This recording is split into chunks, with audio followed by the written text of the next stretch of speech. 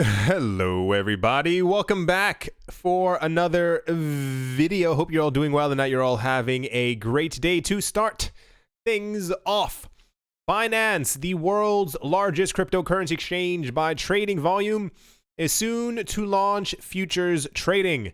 During a presentation at the Asia Blockchain Summit in Taipei on Tuesday, Changpeng Zhao, founder and CEO of Binance, showcased a futures trading interface on Binance with features including longs and shorts on crypto assets. He said, Binance will be launching a futures platform very soon. I don't have the exact date yet. The simulation test version will be live in a few weeks. He said, referencing to the screenshot to the interface showed on the stage. That was a weird sentence. He said, this is an actual screenshot of the working system, so Binance Futures is coming, end quote. He indicated in his presentation slide that the leverage could be up to 20 times. It will be offered for trading on Bitcoin initially. While a firm release date of the futures is not yet set, a Binance spokesperson told CoinDesk it plans to release or launch the test in about 2 weeks from now.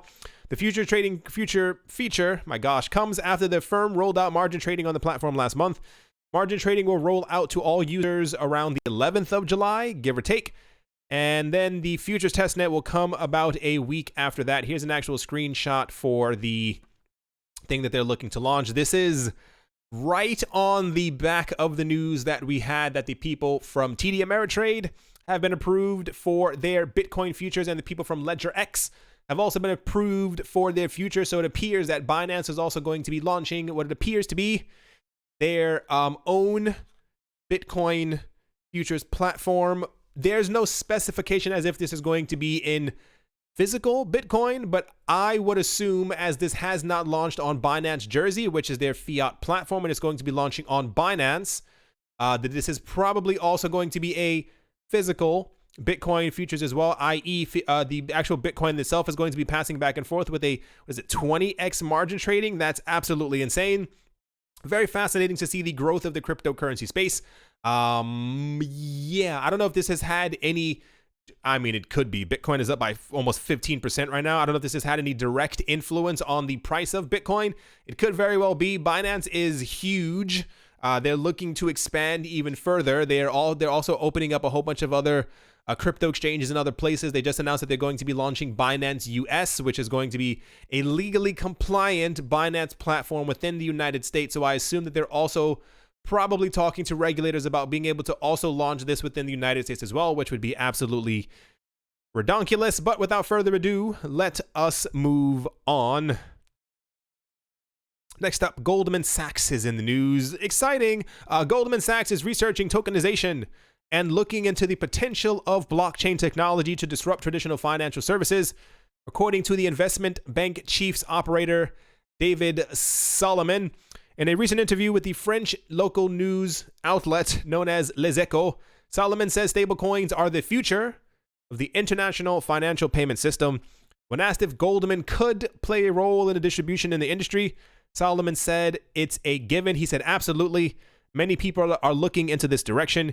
We do extensive research on the concept of tokenization, the potential of which we believe, and which designates the creation through the blockchain of a single stable digital currency based on a basket of real currencies that can move money across borders and without friction. This is the direction in which the payment system will go, end quote. Solomon says it's likely all of the financial service giants are looking into the space, though it's too early to tell which platform will prevail. He said, assume that all major financial institutions around the world are looking at the potential of tokenization, stable wedge, and frictionless payments, end quote. Now that both Facebook and JPMorgan Chase have announced their respective digital assets, Libra and JPM Coin, legacy players and corporation giants such as Goldman Sachs are opening up about their exploration and research into creating their own digital assets. This is what I think is probably one of the most fascinating parts about all of this. Is I mentioned this before in another video as well. Sorry for talking so fast. This is what I mentioned before in another video. I said we normally did not have a window into the exact operations or the future potential ideas of what major banks and institutions and governments could potentially be doing as far as the usage of blockchain, cryptocurrencies, and the idea of tokenization. Pretty much the idea is that in the future, anything, this is the idea, anything that has value will be able to be tokenized, i.e. you'll be able to put it onto a blockchain, fraction it up, use it, sell it, and this would be a very easy way to be able to tell ownership and also for the tokenization or digitization of digital assets. It's very, very fascinating. And the thing that seems to have caused all of this snowball effect to kind of really start was the actual news that we were going to be having, or that Facebook was going to be launching, or that Facebook plans to ideally launch their token in 2020. This has scared a lot of world governments into realizing that they have taken things too slow and that they kind of have to move forward with the entire thing. So very interesting. Like, typically one would not hear from Goldman Sachs about the idea of researching the tokenization of digital assets or any assets in general. And also, where is it over here? Yes, he said, assume that all major financial institutions around the world are looking at this potential of tokenization, stable wedge, and frictionless payments. This tells me that everything that I was saying before is actually coming true. As far as like and I mentioned before, I said there's probably one. I assume in my mind, in my heart, there's probably at least 50 of them around the world. I firmly believe that governments around the world are buying up digital assets as quickly as possible. Maybe not as quickly as possible. I believe that there are definitely some governments out there who are buying these things up because they understand exactly where this is going. If you have all the major financial institutions around the world, that probably includes central banks and the central bank also getting into the cryptocurrency space, or just trying to figure out how to navigate this entire thing and or keep up pace, or just trying to make sure that they don't lose out on this entire race. It's very fascinating to hear from a higher up that this is actually happening and that this is actually taking place, because for a large part of life, a lot of this has been speculation. But I noticed to other people before, I don't think I don't think that it's speculation anymore.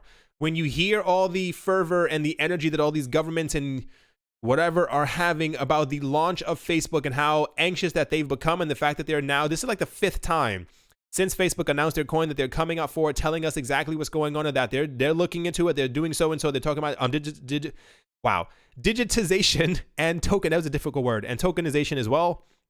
It's very fascinating. Someone mentioned this in a video.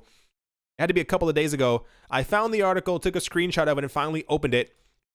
I thought it was very fascinating. For those who are not looking at the screen, it says a 6.5 million euro luxury property in France is going to be tokenized on Ethereum. This was a major thing that we spoke about in 2018, and it's kind of not fallen behind. Like, you just don't hear about it as much. As the idea is that as this becomes more normal and more everyday, it will be a very, boring topic to people. It's kind of the same exact way, like, I'm slicing my bread. Wow, that's great. We've been doing that for thousands of years. It's kind of like, as these things become more commonplace, people won't be talking about them as much.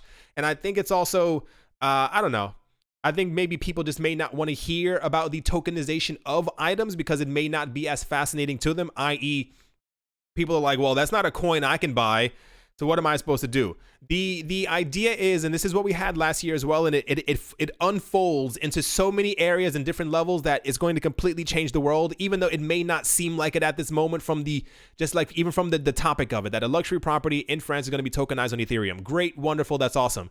The idea is in the future is that everything that has value is going to be tokenized. Every single asset.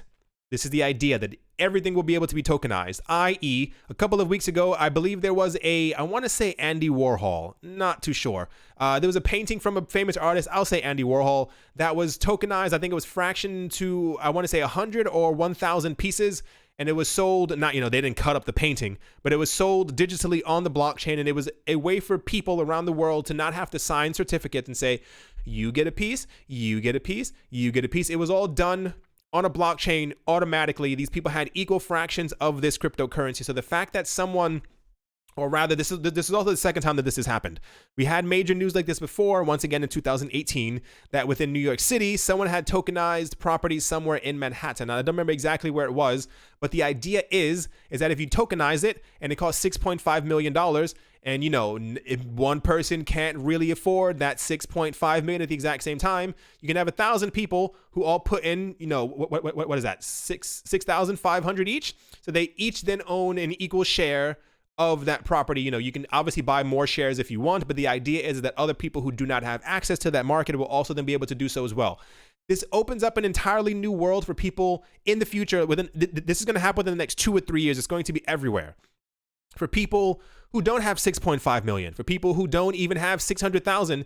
If you've saved up 20, 30, 40,000 over the last couple of years and you want to buy a fraction of a luxury property in Paris, in Monaco, in some other place, you'll then be able to do some through the tokenization of assets, because everything can then be split apart equally through these blockchains. You see where this is all going? So we had many discussions before about, this was a very 2018 thing about buying property and all this other stuff. And this is the future of what it's going to become. It's going to come down to the fact that while you may not be able to put down the entire 6.5 million, or you may not be up for the task of getting an enormous mortgage and have to pay back a bank for the next 30 to 40 years, just kind of the truth.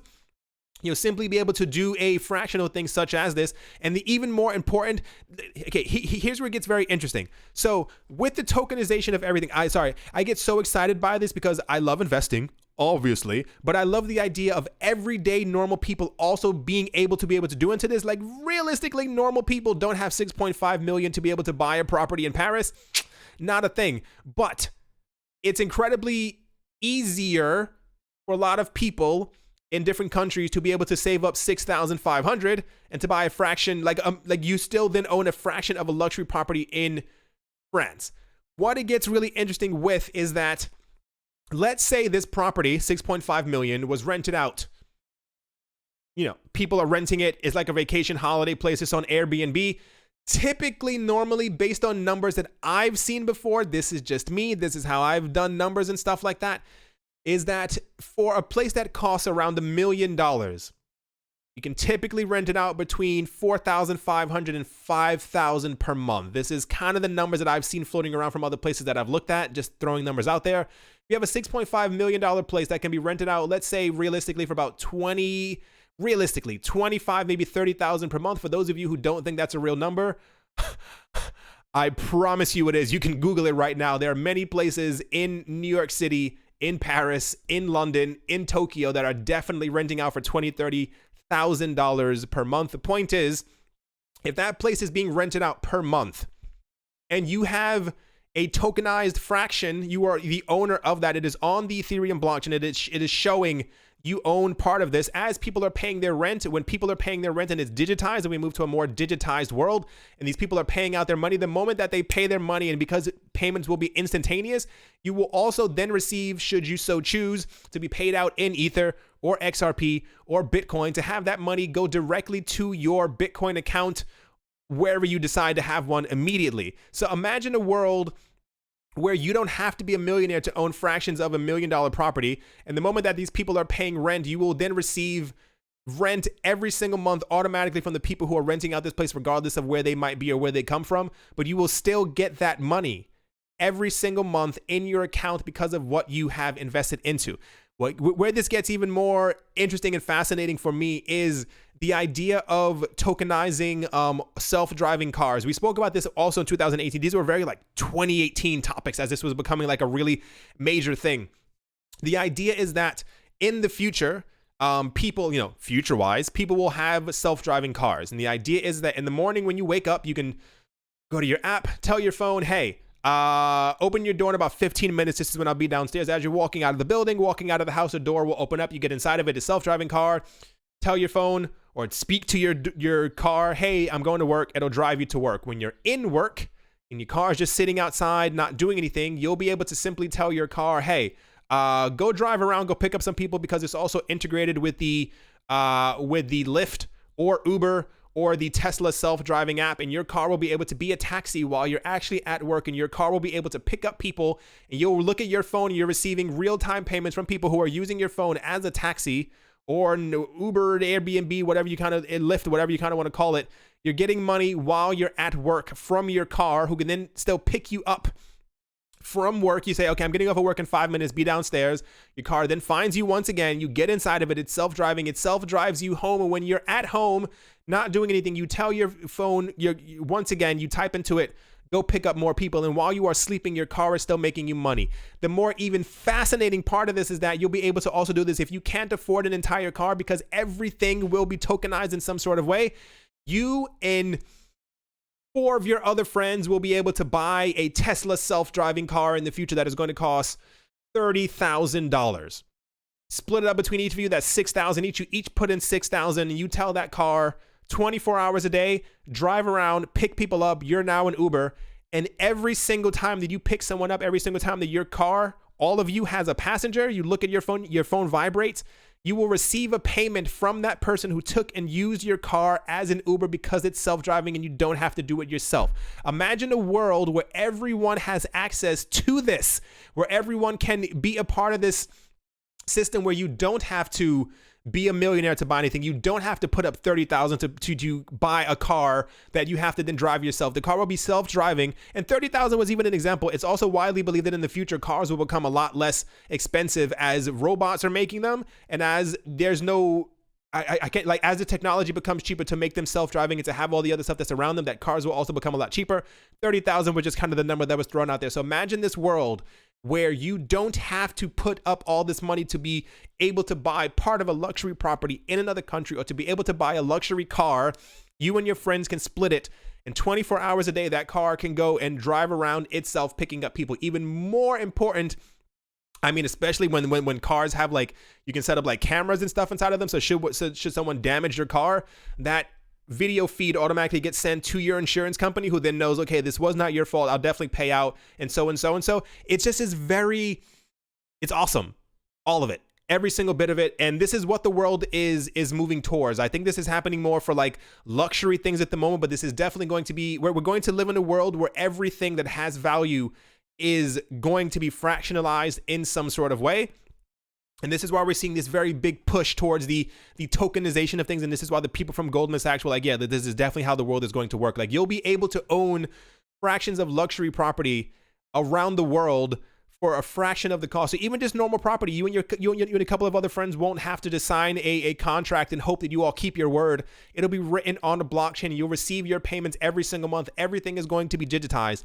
If you didn't notice, I find this very fascinating and very exciting. This is like exactly what I was hoping that the world would become.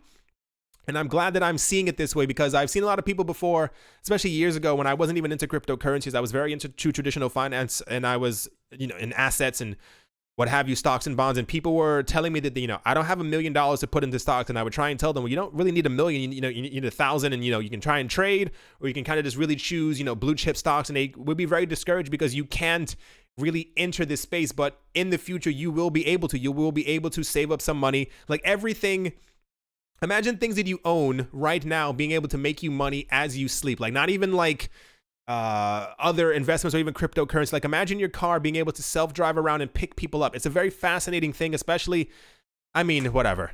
It's a lot to unpack. The point is, whoever you were, I can't remember exactly what your username was. Thank you very much for sending me this article. I saw that you sent it. Like I said, I took a screenshot of it and just really remembered, like right before I made this video, that you had sent it. So I decided to open it up. But it's a very interesting topic, that we will have this major world where there is hyper financial inclusion. And this also pertains to the usage of Bitcoin and stuff as well. These permissionless blockchains that will allow people to be able to use their money as they so wish, and also to be able to acquire assets that will continue making them money all the time. Oh, and the other really interesting part is as well, I was watching something where they were talking about the actual usage of like self-driving cars and stuff like that. And like, because the car is going to be self-driving, and because realistically in the future, a lot of things are also going to be digital and done by machines, that your self-driving car that you and your friends own, should it get into an accident, should the tire become flat, whatever the actual case might be, will be able to drive itself to a mechanic, and the mechanic itself will probably not also be a human at this point. It'll probably be a computer. The car will be able to drive itself in. The machines around it will repair it. It'll be able to pay for the repair from the money that it actually got from picking up people. It'll set the car back down, and the car will drive back out and go back on its own business as you and your friends continue to make money. Imagine this world. Like, this isn't science fiction anymore. Like, we already know that we have self-driving cars. I think it's Tesla's going to be releasing their self-driving, Tesla and Uber are releasing their self-driving fleet of cars next year. So like, we're here. Like, we're actually in the future. It's just a matter of tokenizing these actual things. My goodness. Exciting, exciting, exciting. Let's move on. Next up, the Winklevoss-owned cryptocurrency exchange known as Gemini will apply for a broker-dealer license from the Financial Industry Regulatory Authority, or FINRA. This was information that was given to CoinDesk. This is the first step towards becoming an approved alternative trading system where customers can legally, lawfully swap digital securities. Gemini previously partnered with the tokenized securities platform known as Harper, which allows institutional investors to buy securities with Gemini's Gust stablecoin and to be also able to receive dollar-denominated dividends via Gust. Who would want that? It stands to reason that Gemini would also want to facilitate the trading of such securities on its platform. In February, Harper CEO Joshua Stein told CoinDesk that brokers, family offices, and investment banks are still interested at a significant level in tokens, even though the most stringent regulatory climate subdued 2017's broader market frenzy. So far, the platform has focused on the potential for fractionalized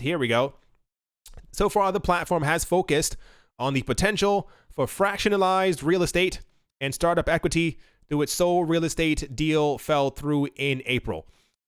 Understand where all of this is going. The future may not look like it, especially on a cloudy day, but the future is incredibly bright, especially if you are into cryptocurrencies right now. We are very lucky to be where we are, to kind of get a head up, a legs up on all of this stuff that's currently taking place. Not really surprised that the Gemini twins are trying to get a license to trade and sell securities. It's kind of obvious. Once again, securities are typically anything that is bought or sold from a company in which there's an expectation of profit.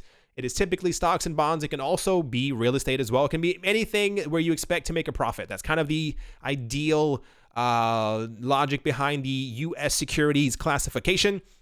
And it's believed, once again, that many cryptocurrencies within the United States are also securities, even if they were not an ICO that was launched in the U.S. People within the U.S. being able to hold them still constitutes a security, and this is why we saw the entire thing during 2018 where the people from Coinbase were trying to list multiple cryptocurrencies onto their platform, but they were not able to do so because a lot of these coins were already considered securities. So it makes a lot of sense that the Geminis would try to get the security license as well to be able to also list these other coins on their platform, because I'm pretty sure I think Gemini has Bitcoin, Litecoin, and Ether on their platform. I don't think they have more than 10 coins. Anyway, good on them. Cool for them. I'm still more excited about the luxury property than I am about the security thing, but good job, Gemini twins. Let's move on. Next up, Japan's central bank has joined the regulators worldwide expressing concerns over the potential risks posed by Facebook's Libra cryptocurrency project. A report from the Nikkei Asian Review on Wednesday indicated that the Bank of Japan, or the BOJ, has concerns that Libra, a planned token backed by a basket of fiat currencies and government securities, will be tough to regulate and could bring risk to the financial system. Nikkei cited an unnamed official from the Bank of Japan recently saying, and I do quote, "It will move money into an absolutely virtual world, so it is completely different than other forms of digital payment." End quote.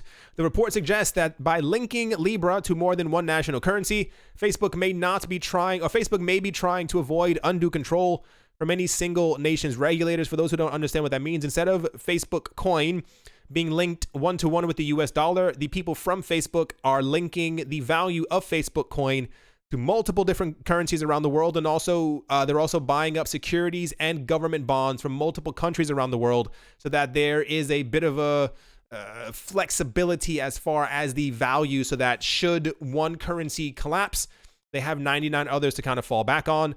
The Bank of Japan's governor, Haruhiko Kuroda, also said he intends to keep careful watch on whether cryptocurrencies could become generally adopted as a means of payment and how existing financial and payment services might be affected. They have no idea what's coming. It's quite fascinating. Every single day they were getting news like this, that governments just really didn't get it until Facebook kind of came forward. It kind of is what it is. This is now, what is this, 7th or 8th country? And there was more than that. There were like 5 in Europe, so this is the 9th one who's come forward talking about the risks of Facebook coin. I assume it's going to launch. I think there's too much money behind Facebook for them not to eventually end up launching this. I don't think it's going to be as global as they would like it to be. However, it is definitely going to cause a huge shift in the world that we live in. It is going to cause fissures and earthquakes through the current banking system that we have. And I am interested to see, because what I think is still going to happen is that banks and governments are going to try and create something to rival Facebook coin in an effort to kind of remain relevant, say, hey, we're also young and hip and cool, and see, we're also digital. But this is where, for the most part, Facebook is going to prevail, because it'll be an easier system that is going to be launched a lot quicker than governments will have time to be able to build and connect their own systems. And this is also where Bitcoin gets a lot of the glory, because people will realize that Facebook's platform and coin are going to be garbage. When we start having news that people have had their Facebook accounts and Facebook wallets shut down because of things that they've said or things that they've done, like, I've known a couple people who've been like, what is it called? Shadow banned or shadow blocked on Facebook for like a month. Can you imagine using Facebook for everything and also for using it for money? And you say something wrong, or you post something wrong, or you post something that someone else doesn't like, and then your money's gone for 30 days and you have no money. The moment we start getting news about this, and that starts happening to a lot more people, because it's going to happen, believe me. I promise you.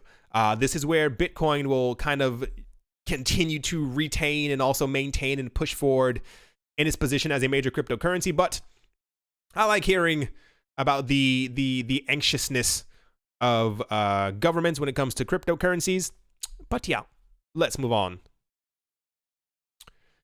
To kind of finish things up, this is a very government country video. Cuba has announced it is considering the use of cryptocurrency in order to bolster its finances. According to a report from the SBS AAP, the country's government announced on state-run TV that it would potentially use crypto as part of a package aimed to boost incomes for as much as a quarter of Cubans and assist with market reforms. The move is possibly influenced by the nation's ally, Venezuela, which launched its own cryptocurrency known as the Petro. It's not clear from the report if Cuba might launch its own token or use existing alternatives. I'll keep that right there. Like Venezuela, Cuba is suffering from tough U.S. sanctions and also has seen a drop-off in aid from Venezuela, which is undergoing both financial and potential crises of its own. In the TV announcement, Cuba's President Miguel Diaz-Canel indicated that the cryptocurrency plan is aimed to raise national production and demand in order to boost growth. The package would reportedly boost some pensions and wages for employees within public administration, social services, and state-run media, also doubling their average monthly wage. So working backwards, there are a lot of countries, keep in mind, pay attention, the countries who are under the thumb of sanctions right now are slowly, they should have gotten there before, slowly coming to the realization that they need to do something, and it seems that cryptocurrencies are their answer. It says, while it is not clear from the report if Cuba might launch its own tokens or use existing alternatives, it is relatively clear to me they probably don't have enough time to launch a Cuba coin. I'm going to assume two ridiculous things are going to happen. They're going to try and not merge with, but use a stable coin, which seems a lot less likely. The other hand, I would assume that they would try and use Venezuela's Petro. Either way, in my opinion, it's not going to work out well, regardless of what they do. Some of the most unfinancially stable countries in the world are trying to adopt cryptocurrencies, but they're going about it the wrong way because they still can't get out of that mindset that they need to just adopt normal cryptocurrencies that we have right now. Their idea is constantly, we need to create our own or create something off of what we have or use this to create that so that we can retain power. The world is going to be a very different place in about 10, 15 years because these governments don't get that they would have all the power if they started buying Bitcoin or denominating things in Bitcoin or told, can you imagine what this country would be like if Cuba told their people, buy Bitcoin miners and start mining it yourself in your house? Our national currency is now also Bitcoin being paid through BitPay. Like, if they built their infrastructure around this, as the price of Bitcoin was going up and as more adoption came, if people within their country had access or were the first country or only country where the government was like, no, we're going to do this. We're going to control Bitcoin. We're going to have all of the money flow into our country, especially if they lowered regulations to making it so that people who wanted to open up cryptocurrency businesses within their country had no taxes over the course of 5 years. And then even then, like, the tax rate was like 4 or 5%. Do you see how crazy this would be? Like, immediately for the country and also for their economy, and just to kind of open the eyes of other countries. Anyway, the point is, other countries are trying to figure out a way to keep up with the game, but they're not able to do so because they won't admit to themselves that it has to be different, that the system that we had before just isn't working, that there's a new system already in place that people are using, but they aren't willing yet to be able to accept it as it is, or that the fact that they won't have as much supreme power as they once had before. The issue is, about a good 3 to 5 years from now, a lot of them will come to that conclusion very rapidly and realize that they should have been buying Bitcoin years ago. They should have been telling their people in their country about, like, it's so simple. Like, it's not even difficult. Like, we know that Bitcoin can function. Like, we know that it works. And if you as a country built up the infrastructure and told your citizens about Bitcoin, told them to buy 1 or 2 miners to be able to get this money themselves and have that money just flowing within your country, you'd be one of the richest countries in the entire world. But that's not how things work. That's not how the human brain works for many government leaders. Anyway, the point is, I'm fairly certain it's either going to be a stable coin or they're going to be using the Venezuelan petro. It would shock me, and I mean shock me, if they announced that they were going to be using Bitcoin as in anything within their country. A lot of these countries are too concerned with control, and this is why I think that them desperately trying to keep control over something by creating a cryptocurrency that no one's going to use and that no one's going to value in any possible way is only going to further drag their countries down. And once again, at some point in 10 years, so many countries and people are going to be really upset with themselves that they didn't start buying Bitcoin years ago or trying to make the infrastructure a lot stronger for it. Kind of is what it is. I mean, we're in the cryptocurrency space, so yay for us.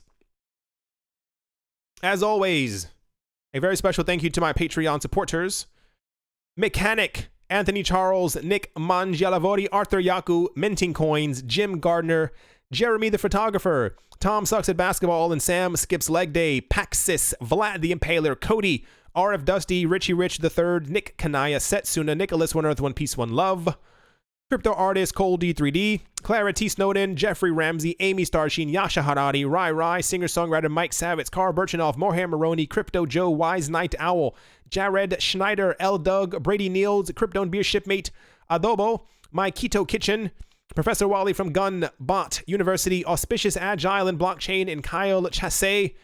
Thank you all very, very much for your support. At the moment, the market's doing pretty okay. Bitcoin is still in the green. Altcoins are also in the green, which means that US dollars are being pumped into these coins, but their Satoshi values are still remaining in the red, which means people are selling off their altcoins to push into Bitcoin, which is pushing Bitcoin's price further up. Hope you all enjoyed. Hope you all are having a great day, a great morning, a great afternoon, a great evening, wherever you are, wherever you might be. Hope it's absolutely fantastic. Thank you all once again for watching and listening. And yeah, I'll talk to you all soon. See you.